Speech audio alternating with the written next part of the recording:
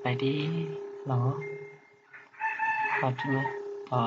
คลิปที่แล้วเนาะผมสบเสียงในแห่งเกงมปลายครับปี2017ถึง2018ก็ข้อที่สองคำถามให้ x บวก y x ลบ y x y และ x ส่วน y เป็น4ผลทำ x ตามลำดับของอันดับบวกจนสองหาค่าของโพถึง5เราจะมาเบิ่งบุกแกเนาะบุกแกเนื่องจากคำถามที่เขาให้มาเป็นอันดับทวีบวก เพราะฉะนั้นเราจะต้องเสาะหาตัวทวีของมันซะก่อนเรามีเนาะตัวทวีแทนให้กับตัวบี้เนาะอยู่ตำราไปใครก็น่าจะเคยเห็นทีนี้ตัวทวีของอันดับทวีบวกเราสามารถสอบจาก2โพจน์เนาะว่าหลายๆโพจน์ก็ได้เนาะมันจะเท่ากันหมดเนาะโพจน์ที่2ลบโพจน์ที่1หรือโพจน์ที่3ลบโพจน์ที่2เนาะอันนี้เราจะมาเอาโพจน์ที่2ลบให้กับโพจน์ที่1เนาะเราจะได้แบบนี้อันนี้คำนวณเนาะ a ลบ x หมดไปเนาะลบ x ลบ y เนาะลบ y เท่ากับลบ 2y อันนี้คือตัวทวีเนาะหลังจากนั้นเราก็มาสอบหาค่า x y ด้วยการแก้สมผล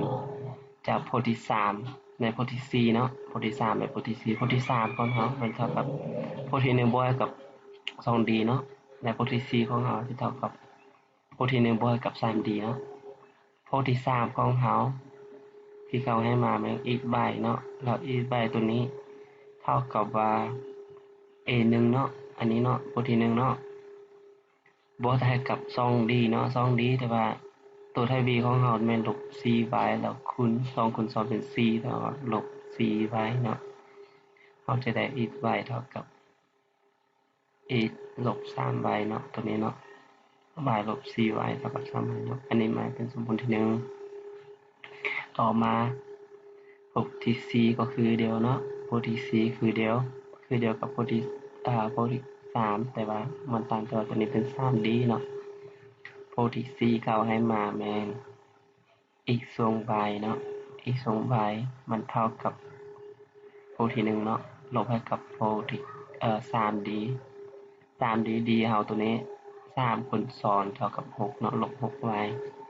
เราจะได้ x ส่วน y เท่ากับ x ลบ 5y เนาะอันนี้หมายเป็นสมผลที่3สมผลที่2ต่อไปเราสร้างค่าของ x y โดยการแก้ระบบสมผลตัวนี้เนาะจากสมผลที่1เนาะเราท่องเอาค่าของ x เนาะสมมุติที่1เนาะจากสมมุติที่1เนาะตัวนี้มันย่อนิดนึงแต่ว่าเราสามารถเชื่อว่านะหลายๆคนน่าจะท่องได้ตัวนี้เขาแยกมาบนไซด์เนาะแล้วแยก x ออกแล้วถอนเอาค่าของ x เนาะแยกมาเป็น x เนาะนี่แยกทรงคุณเนาะออกเป็นทรงคุณ x ออกเป็นทรงคุณจะได้ y ลบ1เนาะวินัยเนาะแล้วถอนเอาค่าของ x ก็จะได้อ่า3ลบ 3y นี้เนาะมาส่วนให้กับ x y ลบ1เนาะตัวนี้เนาะแล้วแทนใส่สมมุติที่2เนาะเขาสิได้แบบนี้เขาจะได้แบบนี้เนาะตัวนี้เนาะตัวนี้เอาบ่เข้ามันลงแถวนี้เนาะที่จริงตัวนี้เลข0ตัวนี้มันต่อนี้เนาะต่อไปตัวนี้เนาะค่าของ x เนาะเอามาแทนใส่นี้สมผลที่2เฮาได้ตัวนี้เนาะตัวนี้ที่จริงได้ง่ายฟ้าแล้วขึ้นผู้หวนแล้วตัวนี้ตัวนี้จะเป็น x เท่ากับx y ลบให้กับ 5y กำลัง2เนาะตัวนี้เนาะตัวนี้ x เนาะค่าของ x เนาะ y ค่าของ y นี้ค่าของนี้มาแทนใส่นี้มาคูณกับตัวนี้ลบให้กับ 5y กำลัง2เนาะแล้วเราก็คำนวณตัวนี้เนาะคำนวณตัวนี้เนาะขึ้นผู้หวนแล้วมันจะได้ลบ 3y เนาะปาคือเก่าเนาะพุทธหัวแม่น y ลบ1เนาะแล้วเรามาคูณกับy ตัวนี้เนาะ y คูณกับลบ 3y เท่ากับลบ 3y กำลัง2แล้วตัวนี้ 5y กำลัง2คูณกับ y ลบ1เนาะตัวนี้สมผลตัวนี้เทียบเท่ากับตัวนี้เนาะอันนี้ 5y กำลัง3ลบ 2y กำลัง2ลบ 3y เท่า0เด้อตัวนี้เด้อแล้วสมผลตัวนี้เราได้แบบนี้เนาะเราสามารถเน็ตหลังจากมาเฮานี้แล้วเราเน็ต y เอาเป็นสมคุณเนาะแล้วเราจะได้สมผลแบบนี้ต่อไป จากสมผลที่ว่าเขาแยกออกมาในนี้เนาะตัวนี้นำใช้การแก้สมผลคัน2เนาะแบบแยกทรงคุณเนาะตัวนี้เนาะถ้าว่า A บวก A คูณ B เท่า0แล้ว A ตอนเท่า0และ B ตอนเท่า0เนาะตัวนี้เนาะใช้หลักการตัวนั้นเนาะเราจะได้ตัวนี้แล้วมาเฮาอีกนี้แล้วเฮาตอนเพื่อหาค่าของ y อีกต่อไปเฮาจะได้แก้สมผลการสอนตัวนี้เนาะจากสมผลตัวนี้เนาะเฮามีเนาะเฮามีเดลต้าของเฮานี่เท่ากับลบ b กำลัง2ลบ c ac เนาะตัวนี้เนาะ c เนาะ a เนาะ c เนาะก็จะได้แบบนี้แล้วลบ2กำลัง2เท่ากับ c ตัวนี้ลบคูณบวกลบคูณลบเป็นบวกเนาะตัวนี้เนาะ5 4 20เนาะ20คูณ3เท่ากับ60เนาะเท่ากับ64ตัวนี้แล้วเราจะได้ค่าของ y แบบนี้ค่าของ y เท่ากับ y เท่ากับลบ b เนาะลบ b นี่ลบ2เนาะเขียน2เลยเนาะลบหารกับ2ของเดลต้าเนี่ยเดลต้าตัวนี้เนาะ64ส่วน10เนาะ64ตัวนี้เท่ากับ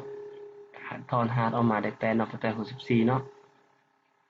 ลบ2ลบ8เนาะตัวนี้เนาะลบ2ลบ2ลบ8เท่ากับลบ6เนาะหาร3หาร2ออกหาร2ปาจะได้ข้างเทิงจะเหลือลบ3แล้วกันลงจะเหลือมันจะเหลือ5เนาะหาร2เนาะตัวนี้จะได้1เนาะแต่ว่าเฮามาสังเกตเนาะเอาสังเกตว่าค่าของใบตัวใดไม่เหมาะสมกับเงื่อนไขเนาะเนื่องจากเมื่อกี้มีพวก1หัน x ส่วน y เนาะแล้วอ่ามันจะมีเลข0ตัวนั้นเราบ่สามารถเอาได้เนาะ0บ่ตอบสนองบ่เหมาะสมเนาะและเลข1ก็คือเดี๋ยวเลข1เมื่อกี้เรามีสมผลอยู่ที่ว่าลบ 3y ส่วนกับ y ลบ1เนาะแล้ว y เท่า1เราบ่สามารถกำหนดได้เนาะแสดงว่ามันบ่ตอบสนองแล้วเราจะได้ค่าของ y ที่ตอบสนองมาลบ3ส่วน5เนาะตัวนี้เนาะหลังจากที่ว่าเราได้ค่าของ y เราไปแทนค่าของ x จะได้ลบ9ส่วน8เนาะตัวนี้เนาะเราสามารถไปแก้ขึ้นเองเลยเนาะแนะนำที่ท่านละต่อมาฉะนั้นค่าที่เราต้องการสอบเราสามารถสอบได้เนาะโพที่5เนาะเท่ากับโพที่1บวกกับCD เนาะ CD ตัวนี้เนาะแต่ d ของเราแม่นลบ 2y เนาะแสดงว่า c คูณ2เท่าลบ 8y เนาะตัวนี้เนาะเราจะได้ x ลบ 7y เนาะแล้วเราก็มาแทนค่าของ x และ y ตามที่เราแก้ได้มาก็เราสามารถคำนวณได้เท่านี้เนาะเราได้ค่าของa5 โพที่หรือว่าโพที่5ที่เราต้องการแล้วเนาะได้สำเร็จ